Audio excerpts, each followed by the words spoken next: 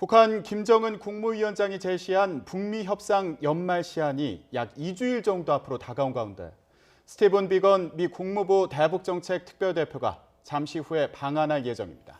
비건 대표는 2박 3일 동안 서울에 머물면서 북한과 접촉하는 방안을 추진할 것으로 예상돼 성사 여부에 관심이 집중되고 있습니다.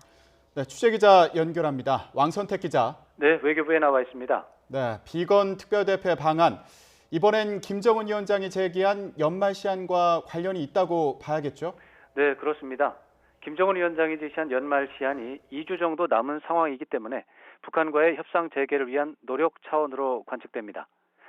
잠시 후인 4시 반쯤 방한할 것으로 보이는 비건 대표는 오늘부터 사흘 동안 서울에 머물면서 우리 정부 고위 당국자들과 면담하고 필요할 경우 판문점 방문도 추진할 것으로 예상됩니다. 아직까지 북한 측과 접촉 일정이 확정되지는 않은 것으로 알려졌지만 비건 대표가 서울에 체류하는 17일 오후까지 계속해서 관심사가 될 것으로 예상됩니다. 비건 대표는 북미 접촉이 성사되지 못한다고 해도 북한의 협상 재개에 대한 의지를 밝히고 북한에 대해 협조를 촉구하는 메시지를 발표할 가능성은 큰 것으로 전망되고 있습니다. 비건 대표는 특히 내일 오전 청와대에서 문재인 대통령을 예방하고 최근 한반도 정세에 대한 의견을 교환할 계획입니다. 또 이도훈 한반도 평화교섭본부장과 회담을 포함해 김현철 통일부 장관이나 조세영 외교부 제1차관 등 우리 정부 고위 당국자들과의 만남도 예정돼 있습니다. 네, 비건 대표 방한을 앞두고 북한에서는 어제 2차례에 걸쳐 입장 발표가 나왔습니다. 미국과의 접촉 가능성에 대한 시사점이 있었다고 봐야 할까요? 네, 그렇습니다. 어제 오후 북한 국방과학원 대변인 발표에 이어서 북한인민군 박정천 총참모장이 담화를 공개했습니다. 두 가지 문건 내용을 보면 중대 시험 내용이 무엇인지 모호하고 김정은 위원장이 중대 시험을 참관하지 않은 것으로 돼 있다는 특징을 보이고 있습니다.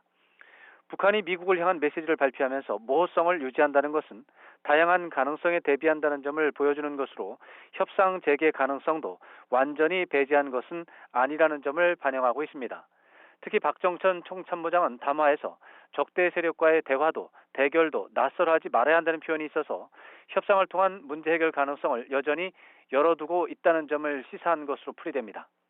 북한이 최근 보여주는 행보는 북미 협상과 관련해 강경 노선 복귀의 가능성을 시사하면서 동시에 미국의 양보를 받아내기 위한 압박의 의미도 병존하는 것으로 분석됩니다. 네, 이에 앞서서 오늘 오전에는 제임스 드하트 방위비 분담금 협상 미국 대표가 방한했습니다. 한미 방위비 협상 일정 그리고 전망은 어떻습니까? 네, 미 국무부 제임스 드하트 한미 방위비 분담 협상대에서는 오늘 오전 9시쯤에 인천공항을 통해 방한했습니다. 한미 방위비 협상 5차 회의는 모레부터 이틀간 서울에서 개최됩니다. 우리 정부는 기존 협정의 틀 안에서 공평하고 합리적인 수준에서 방위비가 책정돼야 한다는 원칙을 강조하고 있습니다. 이에 대해 미국은 한국을 방어하기 위해 소요되는 총 예산이 50억 달러, 우리 돈으로 6조 원 수준에 이른다는 점 등을 강조하면서 획기적인 규모의 방위비 증액을 요구하는 것으로 알려졌습니다. 한미 양국은 올해 적용되는 제10차 방위비 특별협정 시한이 올해 말이기 때문에 이번 협상에서 합의를 도출해야 하지만 양측의 입장 차이가 커서 합의 시한을 넘길 가능성이 큰 것으로 전망됩니다. 지금까지 YTN 왕선택입니다.